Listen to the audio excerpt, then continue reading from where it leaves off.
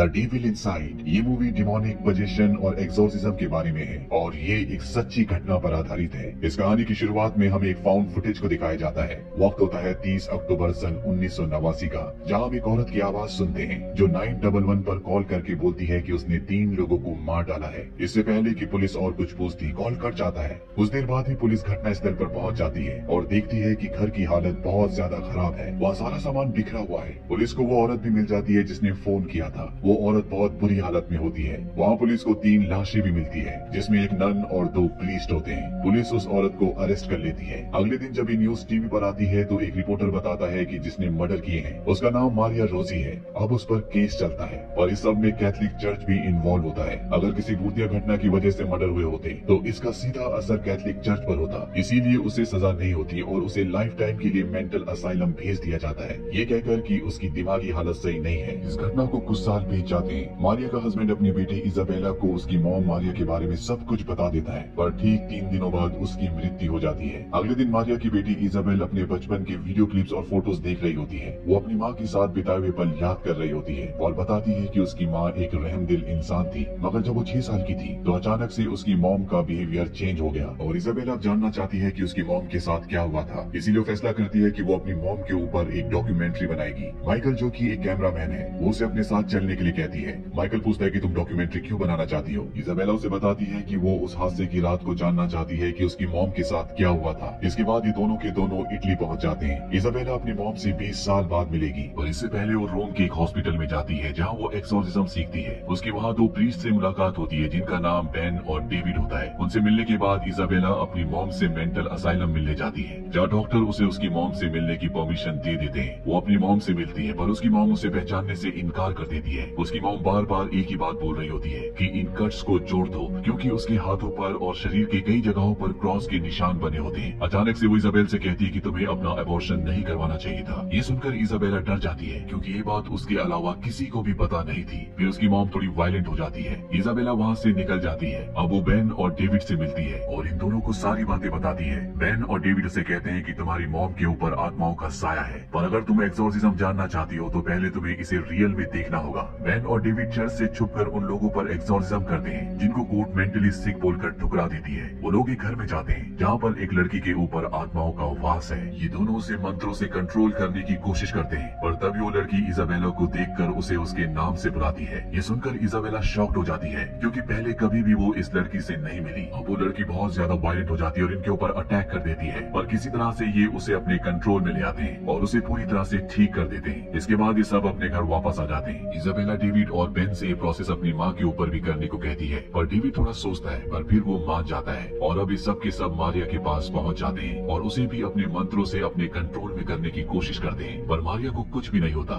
जब इन्हें लगता है कि मारिया ठीक है तो ये सब वापस जाने लगते हैं। अचानक मारिया वायलेंट हो जाती है और इन पर अटैक करने लगती है। तभी वहाँ पर हॉस्पिटल स्टाफ आ जाता है और इनके प्रोसेस को रोक देता है, जिस वजह से इनका प्रोसेस अधूरा रह जाता है। अब ये लोग घर वापस आकर उस वीडियो फुटेज को देखने लगते हैं जो इन्होंने रिकॉर्ड किया था। बेन बताता है कि मारिया 4 अलग अलग भाषाओं में बात कर रही थी। मारिया के शरीर में काफी सारी बुरी आत्माओं का वास है। इसे मल्टीपल डिमोनिक पोजेशन भी कहा जाता है, जिसमें एक ही इंसान के अंदर कई सारी आत्माओं का वास होता है। पर अब डेविड की नाक से खून निकलने लगता है, जिससे वो परेशान हो जाता है। उसकी तबीयत खराब होने लगती है, पर फिर भी वो सबको झूठ बोल देता है कि वो ठीक है। अगले दिन डेविड एक बच्चे को पवित्र करने जाता है। अचानक ही उसका खुद पर कोई भी कंट्रोल नहीं रहता और वो बच्चे को जान से मारने की कोशिश करता है। ये देखकर वहाँ के लोग उससे बच्चे को बचाने लगते हैं। इसके बाद डेविड मौका देखकर वहाँ से भाग जाता है। डेविड सीधा अपने रूम में चला जाता है। कुछ देर बाद सब उसको देखने ऊपर जाते हैं। वहाँ का नजारा देखकर सब डर जाते हैं क्योंकि डेविड के हाथों में सेम वही निशान होते हैं जो कि इजाबेला की मॉम मारिया के हाथों पर बने थे और उसकी हालत भी ठीक मारिया जैसी होती है। इतने में वहाँ पर पुलिस भी आ जाती है क्योंकि डेविड ने जिस बच्चे को मारने की कोशिश की थी उसके माँ बाप ने डेविड के खिलाफ पुलिस में कंप्लेंट कर दी थी। और इससे पहले कि वो डेविड को पकड़ते, डेविड एक पुलिस वाले की गन छीन लेता है और खुद पर पॉइंट करता है। सब उसे समझाने की कोशिश करते हैं कि वो खुद को शूट ना करे, पर वो नहीं मानता।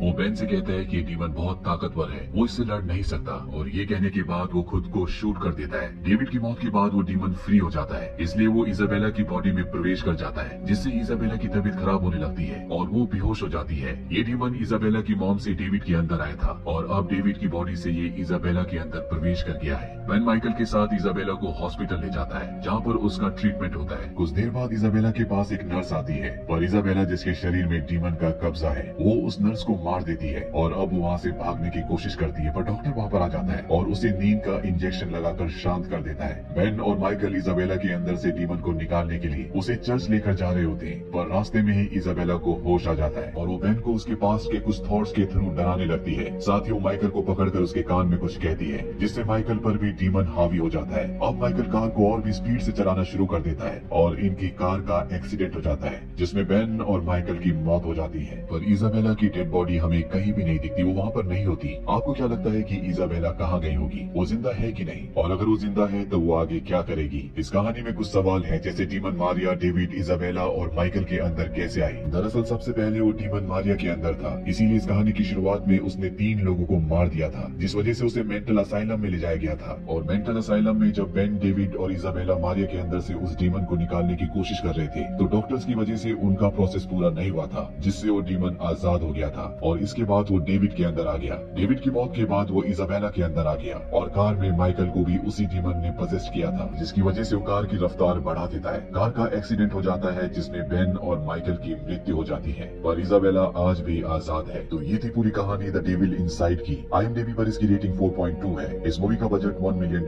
था और बॉक्स ऑफिस पर इसने कमाई की थी $101 मिलियन की। उम्मीद करते हैं कि ये कहानी आपको पसंद आई होगी।